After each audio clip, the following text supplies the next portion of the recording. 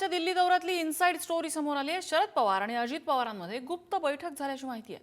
दोघांमध्ये तब्बल 20 मिनिटं चर्चा झाली। राजकीय आणि कौटुंबिक विषयांवर चर्चा झाल्याची माहिती समोर येते आहे।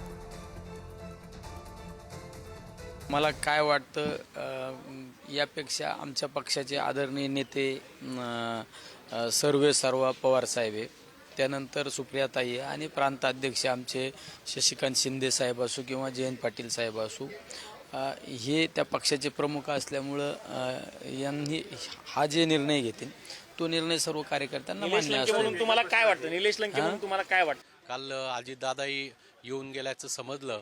आता शेवटी कौटुंबिक आहे आणि त्याचबरोबर एक मागच्या आठवड्यामध्ये अजितदादांच्या मुलाचं लग्न झालं, त्या लग्नामध्ये आदरणीय साहेब काही गेलेले नव्हते आणि त्यामुळे वाढदिवसाचे निमित्त आणि नववधूंना भेटण्यासाठी एखाद्या वेळेस घेऊन आले असतील असं मला वाटतंय।